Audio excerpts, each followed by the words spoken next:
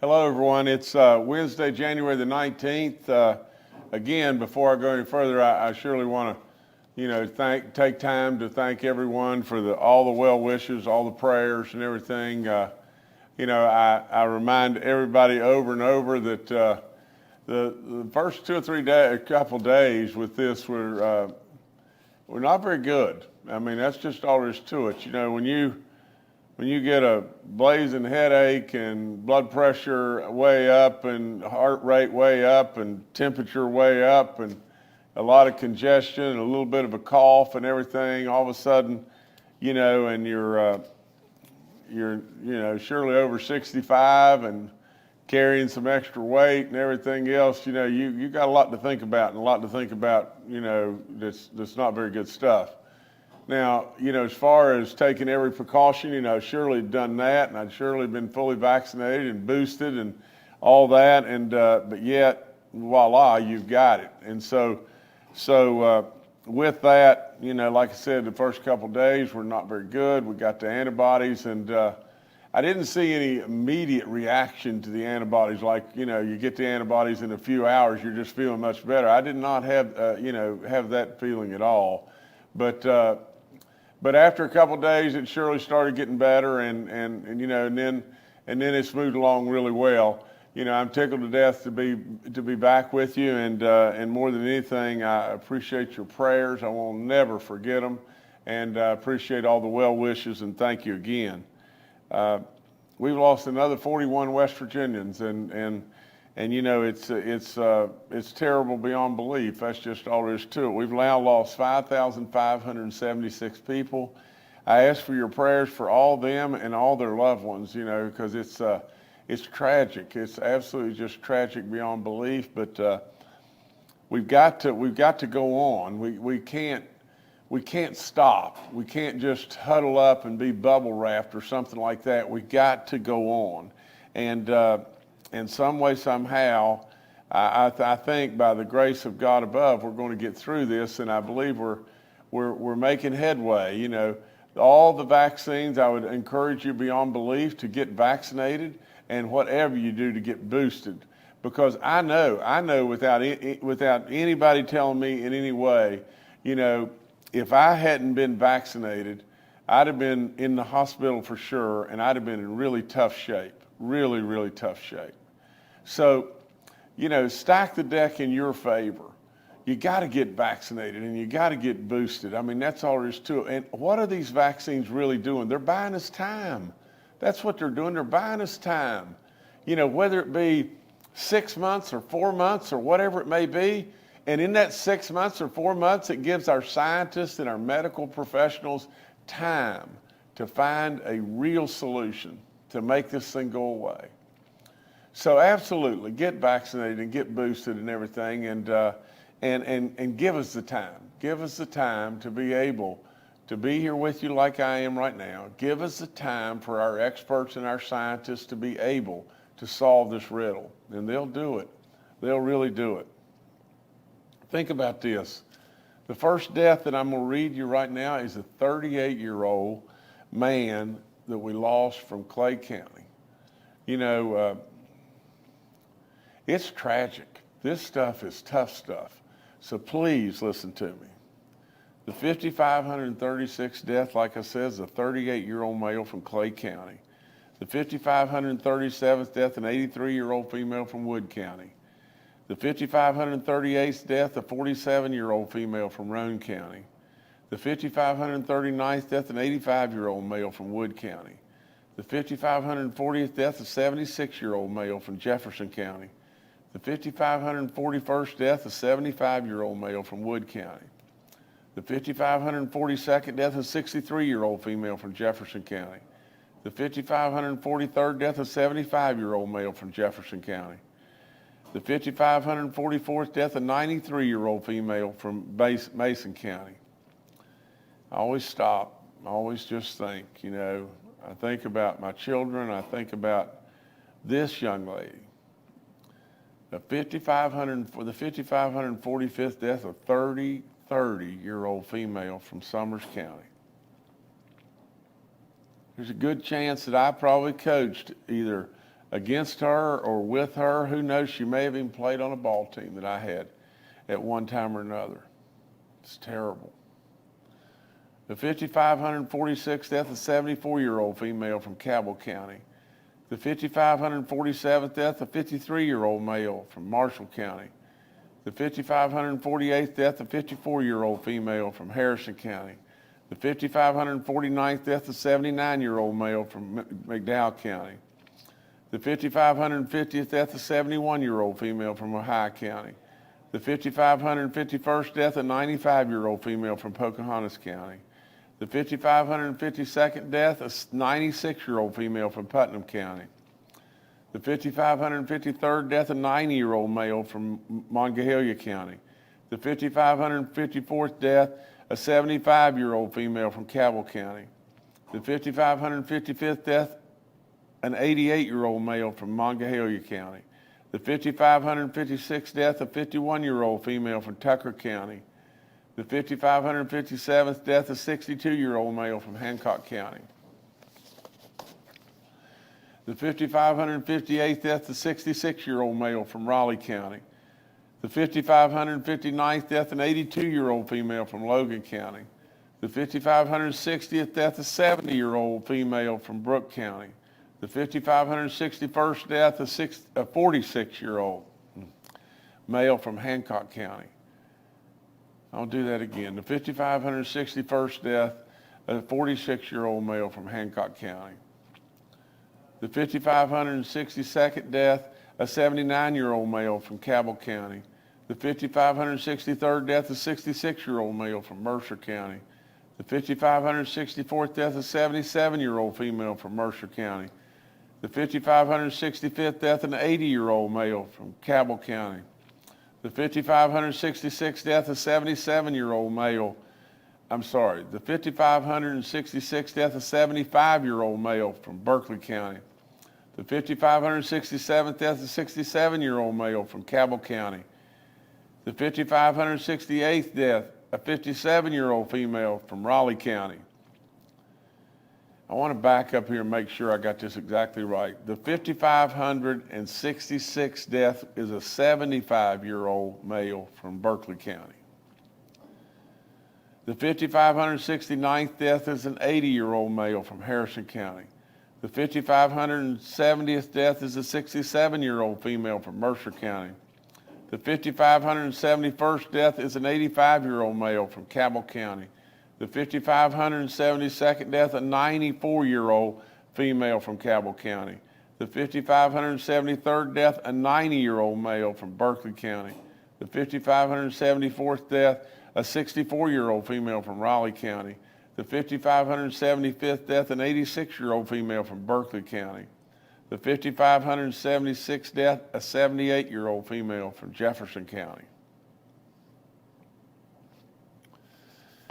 Right here on the bottom of my notes, it clearly says there's 89.5% of the deaths in West Virginia have been unvaccinated people. Stack the deck in your favor, West Virginia. The active cases are 15,906 in West Virginia today, with 3,606 new positive cases. The daily positivity rate is 22.67. Our cumulative positive is 7.4. We got 374,000, right at 375,000 people in West Virginia that have recovered. We have 915 now in the hospital, 215 in the ICU units, and 125 on ventilators. It's not good. Not good. The Omicron numbers, are still growing, and I would probably, I would tell you from the standpoint of everything that I know, all the sequencing, everything that's been done on what I had was Omicron. School numbers, there's 27 outbreaks in 16 counties. The DHHR is going to give you a bunch of map updates. I'm sure Secretary Crouch is going to give you that, or our team is going to give you that in a few moments. The Biden administration just announced that they are sending every household in America 4 free at-home COVID tests, and you can get them by looking at our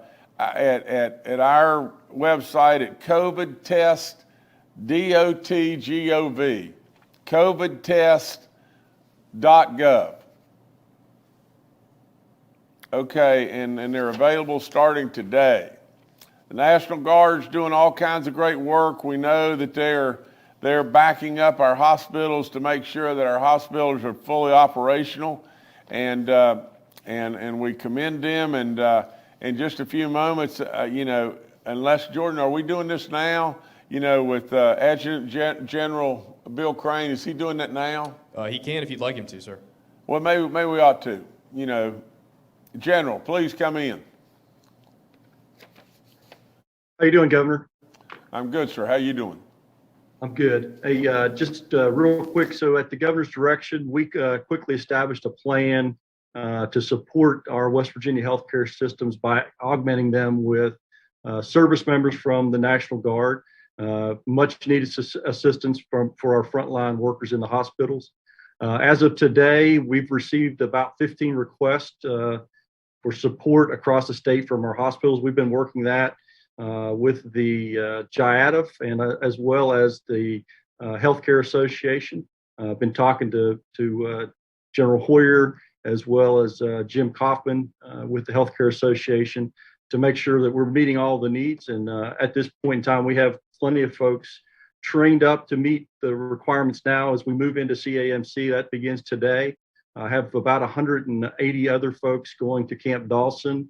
They're already moving to get ahead of the weather. We will have them trained up by the end of the 23rd of January. And so those folks will be available. And once we have them trained up, all of the requests that we have so far from all the hospitals, we'll be able to meet all of those needs. And again, at the governor's direction, we will continue to work to train additional folks, getting up to the 350 service members trained up for this mission, as we continue to do additional missions as well, such as delivering of vaccinations and personal protective equipment, testing, vaccinations, and supporting our local health departments. And so with that, sir, I'll turn it back over to you. Yes, sir, Major General. Thank you, sir, so much. Okay, just reminders again, and I'm living proof to that, if you're 65 and older and you have any symptoms whatsoever, you ought to get tested. The antibodies could very well save your life. I am a living testimony to that also. I encourage you, if you're going into a crowd of people and you don't know, who a lot of the folks around you and everything, you're 65 and older and you have any compromising issues whatsoever, you ought to probably wear a mask. From the standpoint of mandates and everything else, like I said, I am standing as strong as I possibly can. I always am. I stand for our freedoms. I do not think we should be mandating, one another on what we should be doing. We're going to have to find a way to live with this, but at the same time, I encourage you with all in me. The vaccines work, the vaccines are safe, the booster is really important, and with all that, if you get that, you are stacking the deck in your favor, and you're helping us all across the board. You're helping us to not get overloaded at our hospitals. You're helping the National Guard, because these folks work so hard, and now they're having to back up our hospitals and everything. You're helping us in lots and lots of ways. So just think about it and everything, and if you choose to do so, that's great. And if you don't, we're going to be very respectful, and we're going to stand rock solid behind your decision too. From the standpoint of, let me think here. I think I've covered all the booster stuff. Just some more, statistics or math and everything. We are at 70.5% of all those that are 18 and older that have gotten one dose, 82.1 on the 50 and olders, and 89.5 on the 65 and olders. You've got all that on our website. I encourage and ask our parents to help us with the younger people and everything. Young kids and everything think they're invincible. They always do. and everything, but they can get this. It can cause some significant long-term maybe side effects that we really don't know exactly everything that it can cause, but we sure don't want our kids to have it just for the sake of having it and everything. So if we can get them across the finish line and get them vaccinated, that helps all of us too. You know, all the information on the COVID-19 vaccine info line's up. I encourage you take advantage of all the free testing. I appreciate the Biden administration sending the home kits to, that's going out at no expense to anyone, and that's really good. I always thank Fruth and Walgreens for all that they've done all through this, and I report to you now that we have 133 outbreaks in our long-term care facilities. That's a bundle. That's an awful lot. We got to really, really watch, because, these folks really depend on us, really, really depend on us to be doing the right stuff and pushing the right buttons. And they know just how at risk they are. And so as they depend on us, we got to really do all we can to protect them.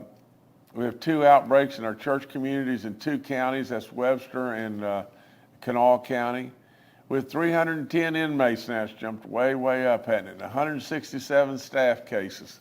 We have to protect those folks as well. They depend on us too.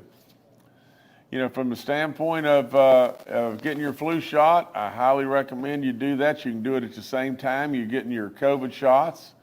I tell everybody over and over about if you're a renter or your landlord and everything, you got to call us. I mean, we've got these dollars and everything. We can send dollars your way and everything. If we can get you qualified, it's just more dollars that we put right into our system, and the multiplier effect of those dollars helps us. I encourage everybody about giving blood. Really, really, really important. Now, today is Tourism Day in West Virginia, and I'm going to delay my last announcement to the last one, and I'll tell you in just a second, but today is Tourism Day. Now, think about this. When I walked in the door, I said over and over, we got to diversify. There's no question. We can't just depend wholeheartedly on coal and gas and oil. We can't just do that wholeheartedly. We have diversified. We've diversified in lots and lots of different directions. One of them that is really significant is tourism. I said right off the get-go, and any frog that's not proud of his own pond's not much of a frog. Really, if you just think about it, just think about that just a second. And when it really boils right down to it, if we're not really, really proud to show ourselves off in West Virginia, then we're not much of a frog. Because absolutely, with all in us, we have the most beautiful state and the greatest people on the planet. So we started down a path. We started with a little young lady and everything that had a lot of energy and was just fired up out of her mind. Chelsea Ruby. Today she's Secretary Ruby. And absolutely the job that she's done is unflat believable. On both floors of the Capitol right now, all over the Capitol, there's all kinds of people showing their wares and showing, all the great stuff about tourism, because today is Tourism Day here at the Capitol. Just think about these numbers just real fast. $611 million, over $500 million we have grown in traveler spending in West Virginia, since we walked in the door. Think about that. 14.8% increase over and over. Every travel guide is saying West Virginia is the place that people want to come to. West Virginia is the best destination. West Virginia, can you imagine? All we did is we absolutely put our money where our mouth is. We absolutely put funds in it, and we started promoting us. We knew how good we were, but then we started telling the world how good we were. And before you know it, they saw the beauty too. It doesn't take long. It's really contagious. And so with all that, I congratulate all the folks, all the folks under Secretary Ruby and all the folks that are involved in tourism all across the state in every way. I thank them beyond belief. We are absolutely just knocking it out of the park with tourism beyond anybody's imagination. And you know what? There's tons more to do. There's tons more that can come. Right now, in all honesty, we are just getting the parsley around the outsides of the plate. The meat and potatoes are still there, and it is astronomical, the potential growth that we can have in West Virginia in this great, great industry. So I congratulate all of you and everything, and thanks so much. Now, my last announcement. And this was tough in a bunch of ways because this is just how much I think of this man. Steve McDaniel is retiring from his position as the head of the DNR. Now, you talk about a man that is absolutely, that we have just bingoed off one another like crazy. You know, of course, I love the outdoors and I love nature beyond belief, and I love our waters and our mountains and everything, and I have experienced that over and over and over. Now, Steve McDaniel shares in the same love that I share. And Steve McDaniel came into this position and everything, not a bureaucrat. Steve McDaniel came into this position wanting to really do something. And what he's done at the DNR we will remember for decades, if not centuries to come. Absolutely, this man has done a fabulous job. Over and over, he's come to me with ideas and everything, and I've tried to do every single thing that he's come to me with, and then I've tried to add an idea or two in it also. But absolutely, I commend him and his efforts beyond belief. I'm going to miss him from the standpoint of, heading up the DNR, but he has agreed. He has agreed to stay on in a different type of capacity as an advisor. And absolutely, we will use his wisdom for as long as he wants to stay. He has been a superstar beyond all comprehension. We have spent $151 million on our state parks, on upgrades to our state parks, and now you can't hardly get into the state park. It is unflat believable to just think. Now think about this. We have also added 85,896 acres to the state, war chest from the standpoint of making those acres available to our hunters, our fishermen, absolutely all those that are enjoying the outdoors. It is unbelievable. We changed how we stock trout. We just didn't roll up in one spot, throw all the fish in one hole, and not to say we just did that, but now we stock trout differently. So people can enjoy those trout and come and know they have a chance of catching fish and enjoy our streams. In addition to that, we even stock trout now on Saturdays. We have added so many different streams. We just added the Guyandotte River, and the Guyandotte is a beautiful, beautiful river, with cooler waters and a trout habitat like crazy right now. So with all that, I congratulate this man. I thank him from the bottom of my heart. He came along in 2017, and we'll miss him in that capacity, but we'll celebrate the fact that he'll be here and be an advisor and be helping us and still be a part of our team. So Steve, great job. Great job. I know you want to spend more time with your family, and it's very deserved. So enjoy your family and don't run off too far. And again, I thank you from the very, very bottom of my heart in every way. That's all I got right now. All right, thank you, Governor. Let's now go to Dr. Clay Marsh, our coronavirus czar. Good afternoon, and support and re-emphasis of what the governor has said to us. We know that West Virginia now is a state, like most other states in our country, where the Omicron variant of COVID-19 is the dominant one. And if we look at yesterday from a statistics standpoint, the U.S. reported 1.12 million cases of COVID-19, And that is over a third of the world's reported cases yesterday, which was a bit over 3 million. We had almost 3,000 deaths recorded yesterday related to COVID-19, more than a third of all the world deaths. A modeling project at Penn State University that works closely with the White House has estimated at the current rate of vaccinations and boost, we can anticipate seeing somewhere between 60,000 and 300,000 new deaths in the United States. And we just passed 850,000 deaths in our country. So we have an opportunity here to double down, as the governor would say, pull the rope in the same direction, run to the fire, and make sure that we are getting vaccinated and boosted appropriately. That includes younger children. We know that there are more people in American hospitals today than ever before in the pandemic, as well as more children in American hospitals today than any other time in the pandemic. We know in a recent study that came out in the New England Journal of Medicine that if you were unvaccinated and a child, that accounted in a survey of 21 states' hospitalization records for children, that 98% of the kids that end up in the hospital are unvaccinated.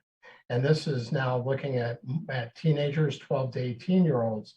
And also of those children hospitalized, 40% were in the ICU and 29% were on a ventilator.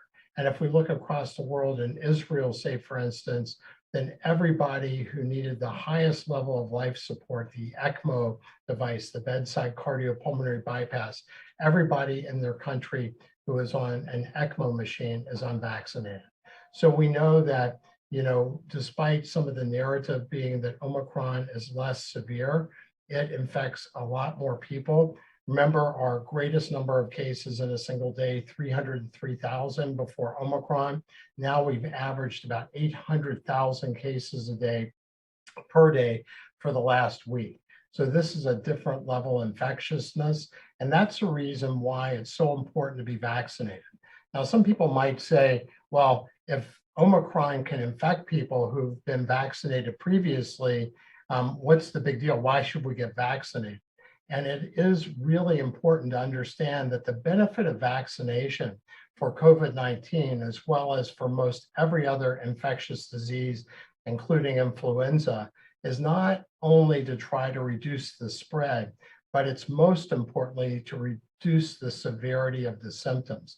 And what we're really worried about is the loss of lives in our most vulnerable population who may become infected with COVID-19 from others, which is why as many people that can be vaccinated, including eligible children, it becomes really critical to protect them and to protect our most vulnerable. But also that if you get COVID-19, the relative reduction in risk of hospitalization is about 31 times less for our older part of our population. So really important to do that. And the monoclonal antibodies are not a substitute for vaccination. Well, neither are the pills, neither are other therapies that we have. They're an ancillary. They work with the vaccinations to try to give even more protection, like the governor receiving the monoclonal antibodies. But we know that the COVID pandemic is not over in our country yet. The case numbers are soaring high. The hospitalizations are soaring. Our hospitalizations are up to 915 West Virginians in hospital beds, and we are likely going to see a continued increase over the next several weeks, and the deaths will follow as another lagging part of this process. So the time is now to get vaccinated, to get boosted, to protect yourself, to upgrade to a good mask. The federal government is going to make N95 level masks available to Americans. They plan to ship out 450 million of those. And just, I think on the 19th is starting the ability to go through the Postal Service and order a free at-home test from the federal government. So many tools are available, but we really, really encourage people to take advantage of those tools, get fully vaccinated, get boosted, protect yourself, protect West Virginia. And that's the way we best make it through this pandemic without more loss of life and without surge on our precious hospital capacity and healthcare capacity that we have now. Thank you. Thank you, Doctor. Next, we'll go to Dr. Ainam Jad, our State Health Officer. Good afternoon. I just want to remind everyone, Clay and the governor mentioned about the at-home test that can be ordered from the federal government. If you get an at-home test and you're not going out and getting tested, there are ways to keep yourself safe from COVID-19. Those tests are accurate and we use them for assisting patients. But if you test at home and you're COVID positive, we do ask that you go ahead and self-isolate. Contact any close contacts that you've had, and that would be anyone 2 days prior to any symptoms or 2 days prior to you testing yourself. But there are more information on our dashboard as well for that. But just to keep that in mind, that if you do find that out at home, to go ahead and take care of yourself and contact your doctor as needed. Thanks, Jordan. All right, thank you, Doctor. And finally, we'll go to Secretary Bill Crouch with the DHHR.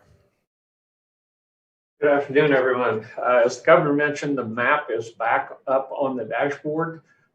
During the time that the map was down, we've consulted with stakeholders. Our folks have worked hard to try to develop something that's meaningful for the folks in the community and the state. This is a result of changes that CDC has made in terms of active cases.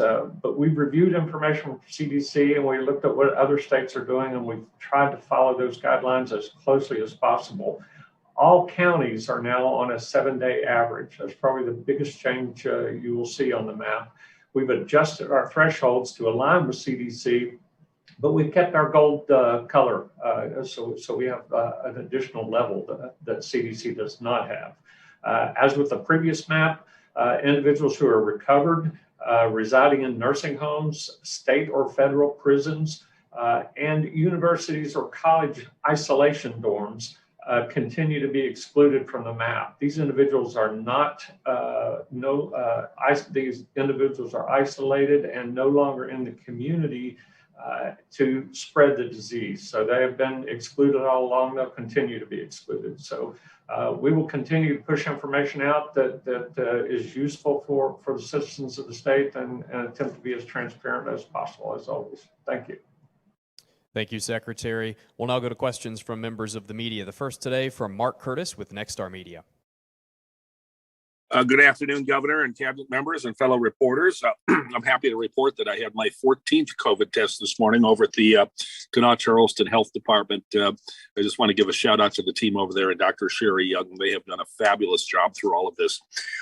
Getting to my question, I looked at the breakdown of the vaccinations, and I find the lowest rate of vaccination is children ages 5 through 11. Only 16% are vaccinated. Ages 12 to 15, 45% vaccinated. Those are the two lowest age groups of any demographic in this state. I asked because last week there were more than 1 million new pediatric cases in the United States. I'm wondering what the numbers are looking like here in West Virginia with pediatric cases, and what do we do to turn the situation around? So I'd like to hear from the governor and both Doctors Marsh and Amjad. Well, Mark, first of all, you got about 6 more tests to go until you get my number and everything, because I think on the 20th is when this nailed me, but I hope and pray it doesn't get you. But anyway, and I thank you for your friendship. But Mark, I think the people that are better qualified to answer this question are, Dr. Marsh and General Hoyer. But I would say just this. We have pivoted so many different times. We went out with Baby Dog and really pivoted and went to our schools and we did a lot of work there. And I felt like that we really made some headway there. At the same time, we were having a crisis with the fact that our seniors weren't getting their booster shots. And so we pivoted back toward our seniors and everything. We still got some additional work to do there and everything to get to our senior centers and give them those awards and everything. But Mark, we continue to just move as quickly as we possibly can. And you're correct, and I go back to just this. A lot of folks are probably sitting on the sidelines, with their younger kids thinking this thing's going to pass, or it's not going to be too bad, or whatever it may be, and it doesn't really affect our kids in a really negative way, and we absolutely still, you know, all of us, and I'm not being critical of this in any way, but everybody to some degree is a little bit afraid of the dark. And so we really, you know, have gotten so many conflicting, you know, opinions, you know, coming out of DC that it's got a lot of people scared, and a lot of people are really hesitant about the vaccines, especially giving those vaccines to our kids when they're incredibly safe, and, you know, to the best of all of our knowledge, they're incredibly safe. And but at the same time, you don't want to get your kids, you know, that have COVID and then awaken way down the trail and everything to issues that they may carry all their lives and everything. But on the other hand, I understand the concern, and so maybe and I've just seen this general, you know, is not available. But if nevertheless, if Dr. Marsh could follow up on what I'm saying, and maybe give it a whole lot more clarity.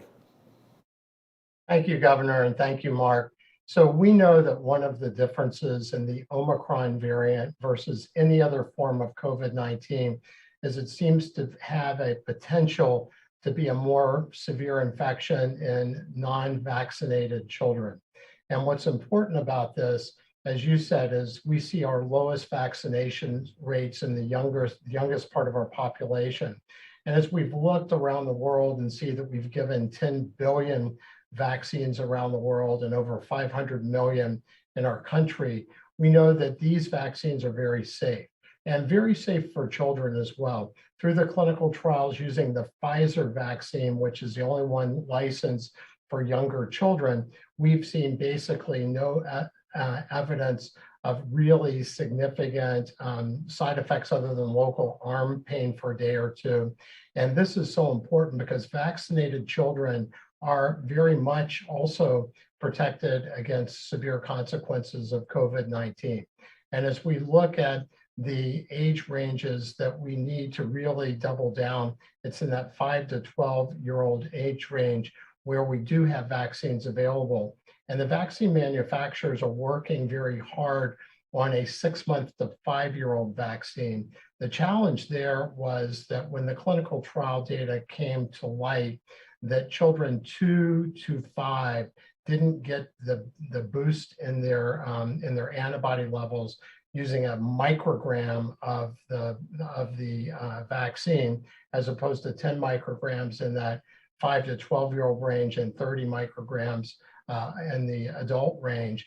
And so as we look at that, the Pfizer company working with the FDA has given an additional dose to see if that doesn't help. But as I understand it, the 6-month-old to 2-year-old group actually got a good boost from that 1 microgram dose. So I think soon you're going to see a vaccine available for 6-month-old to 5-year-olds. But in the meantime, really important to protect younger children, and really important to get the whole family vaccinated, because that's the way that you can protect everybody in the family, is having people's vaccines up to date. And when people are eligible to be boosted, 5 months now after their first series, and that's now available for 12 and over, that we really want to see them get boosted because of that loss of vaccine potency that we see after the 6-month time frame. All right, thank you, Mark. Next, we'll go to Charles Young with WV News. Hi, this is Charles Young with WV News. I wanted to ask about the most recent update to the University of Washington's modeling. They're showing the state's hospital resource use to peak around February 4th or 5th. I was wondering if that is consistent with what we're seeing and predicting, and if that peak hospital resource, does that represent the peak of this Omicron wave? After that, the hospital resource are expected to exponentially go down. Thank you. Dr. Marsh, I think you've got the answer, please. Thank you, Governor. Thank you, Charles. Charles, we know all of these modeling predictions are merely that, and they're certainly, foiable to changes as we go forward. We do think that the Omicron spread, as far as new cases, will likely start to peak and plateau over the next, we believe, 5 to 14 days. And as we see the peak of the cases and that plateau, and the plateau, like we saw with Delta, will be a bit sharper, we think, because Omicron is generally more up and down, but that represents the spread to more rural parts of our state. So we have multiple curves underneath that plateau, we think. But when the plateau starts, we know that it still is 5 to 14 days after that we can see an increase in hospitalizations, and a week to maybe 2 to 3 weeks after that as we see an increase in deaths. So while the virus spread will start to crest first, the cases will crest second, the hospitalizations and the deaths are the last things to peak. So whether it's early February or not, we're certainly watching that. We're watching our RT value that's already starting to plateau some. And so we think that as we get more people measured with the virus, we will continue to hopefully see that start to plateau and come down first. But as the governor said at the beginning of the press conference today, our percent positive rate, I think yesterday, was over 22%, amazingly high. So we still see that Omicron is spreading in West Virginia, and we will watch, as well as everybody else does, to try to see where that peak goes. But we know that the more that we can reduce that peak and make it distributed over a longer period of time, which is how people taking good care of themselves, being vaccinated, wearing a mask, being careful right now, it will help reduce that surge on our hospital capacity, which is one of the things that we're the most worried about right now. All right, thank you, Charles. Next, we'll go to Kenny Bass with WCHS and Fox 11. Hi, this is Kenny Bass with Channel 8 and Fox 11. Thanks for taking the question. I want to expand on what General Hoyer said Monday when he quoted the former, I believe it was the Surgeon General, who talked about while the Omicron variant has been seen by many as less potent than Delta, there's much more of it. So when you have, say, more opponents shooting at you with lesser weapons, you still have a better chance of dying. At 1.3, I think, times chance is what he said.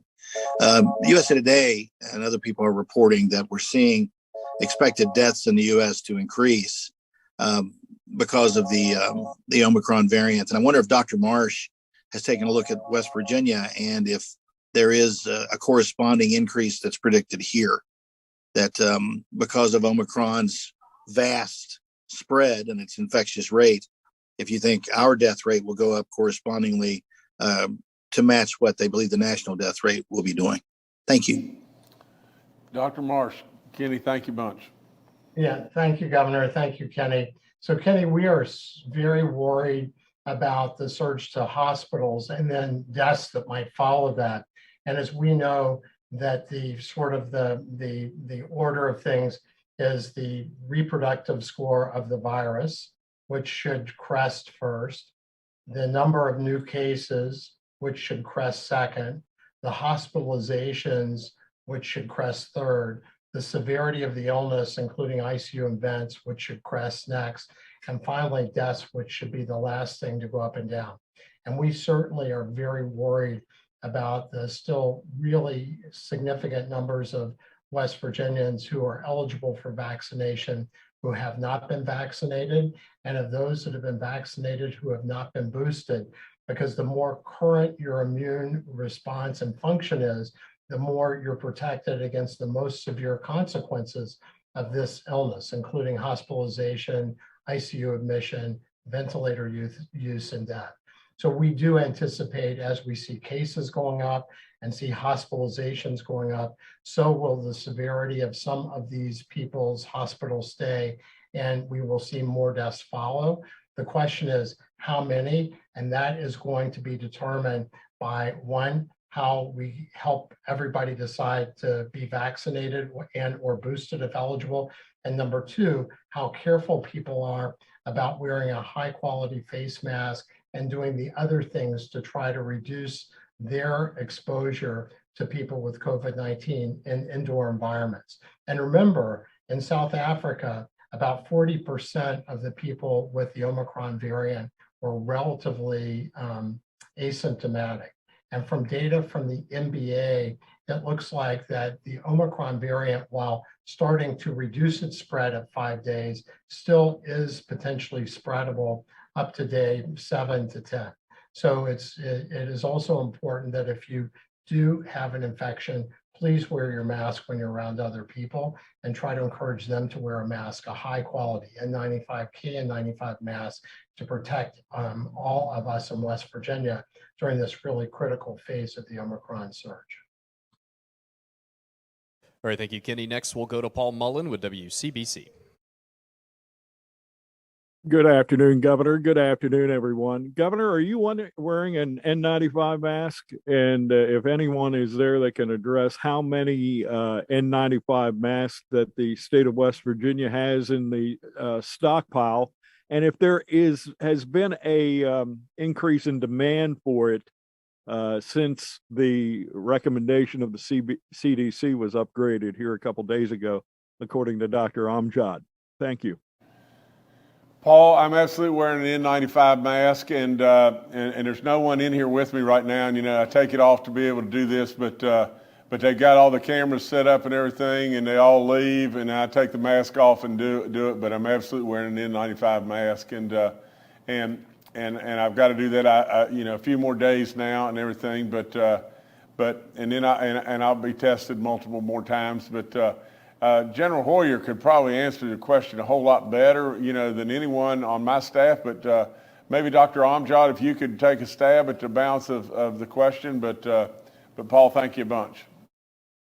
Yes, Governor. Paul, we normally keep like a 6-month supply of N95s, gowns, gloves, things like that. And I believe, and I'll have to double check the number, last time we checked, we had at least over 400,000 N95 masks. And then also the National Guard and WVU has been working on developing their own masks, the West Virginia masks that can also serve high quality use as well. But we can confirm those numbers and get those back to you.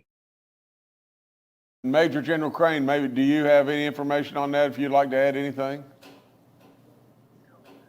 Hey sir, the update I have is that we are continuing to make the West Virginia mask. We're waiting on the steel die to come in for that, and that way we can manufacture, as you directed us to do, to continue to make masks and have those available for use throughout the state of West Virginia.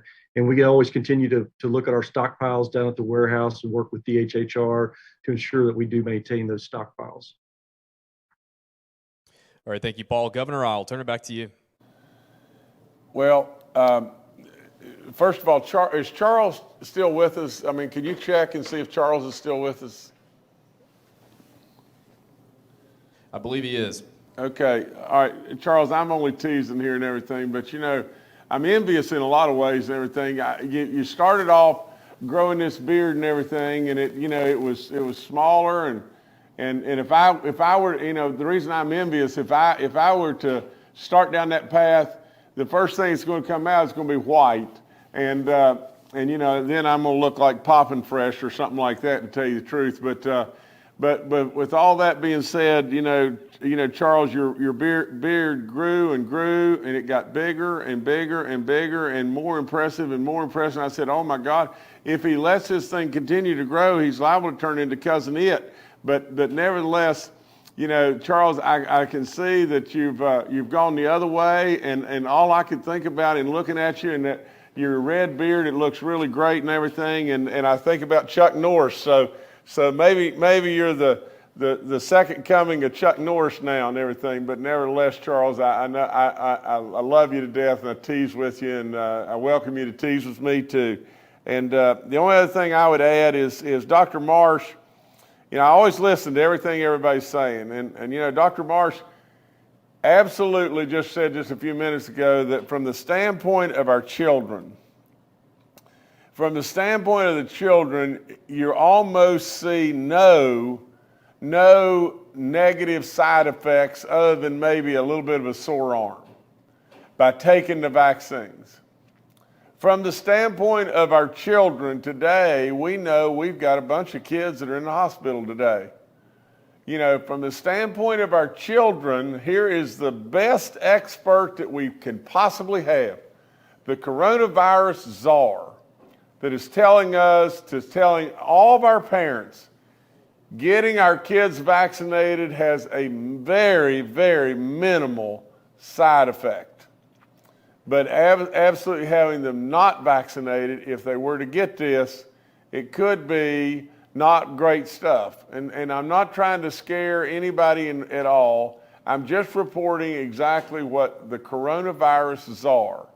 The person that is the smartest and most knowledgeable of anything to do with this virus, the guy that I called right off the get-go, when I was in a tough spot, the guy that I called right in the beginning, without any question that I have real confidence in, he tells us he can't see where there's many adverse side effects from getting our kids vaccinated other than an occasional sore arm. But you can see, bad things happen if our kids aren't vaccinated.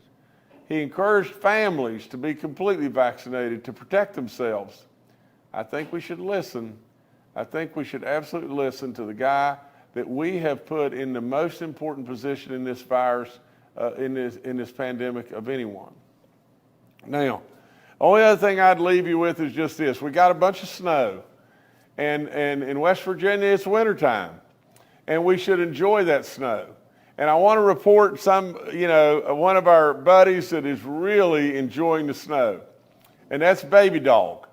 In fact, she's learned a new trick, and because she'll lay and roll over and do everything in the world in the snow and loves it teetotally to death.